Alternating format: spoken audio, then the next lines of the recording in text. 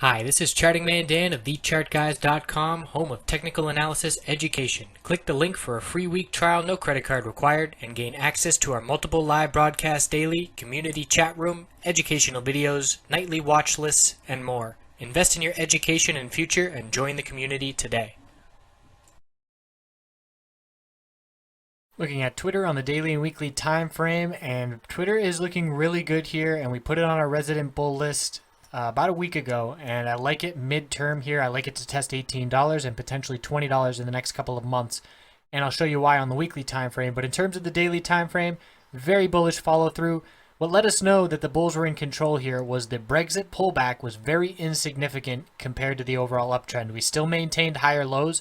The low here was 1540, and we can see the low on the Brexit dump 1546, so that's still a higher low, and that bullish follow through led to higher highs on this bounce. So today we had a nice bearish entry on Twitter, and that's the beauty of being a day trader or a swing trader. Being bullish on Twitter for the short-term time frame in terms of the daily chart and the midterm time frame on the weekly chart, but seeing an opportunity on the 5-minute chart and pouncing on it for a bearish trade so that you can be bullish on a stock and make money on it bearish. Look at this open. This is an extremely strong uptrend to start the day, and anytime you see a stock doing this, you know to start looking in the other direction and trying to get the top to get that short-term pullback. And it's just a quick day trade, just a quick flip. We can see the day started out with 40 minutes of green, and the RSI got all the way up to 88. That's extremely overbought on the 5-minute time frame. And once we got about to the 1730s, I saw that the RSI was in the upper 70s.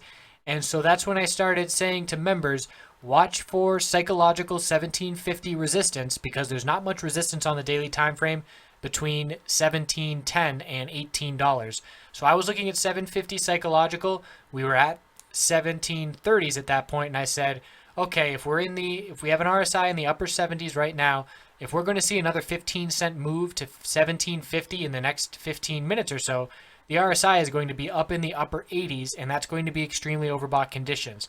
So we saw a top at 1750, rejected again, and again. It ended up being 4 tops at 1750, and then the bears took over, established a low at 1729, held the 20-period moving average support on the first test, and then another bearish dump to the downside, getting down to 715. So that's a 35-cent drop, a 2% drop from 1750 psychological resistance. And once you see 4 tops hit with the inability to break it, that is a nice entry opportunity. Tight stop loss to the upside, but knowing that the RSI is overbought and that things need to consolidate, giving that trade opportunity. So let's now look at the weekly time frame. This is why I like Twitter as a resident bull, which is what we call it at TheChartGuys.com. We turned the middle Bollinger Band into support, as it has been resistance for an extremely extended period amount of time. And we're looking for the middle Bollinger Band of 1622 to hold.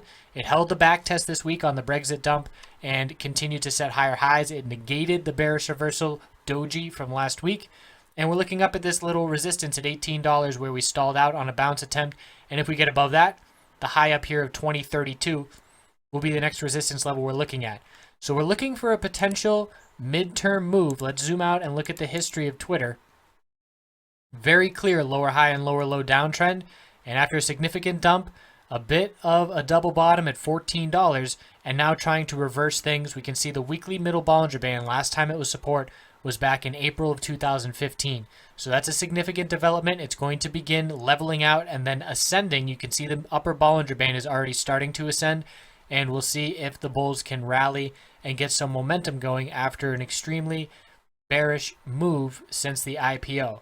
Since the initial hype run-up from the IPO, I should say.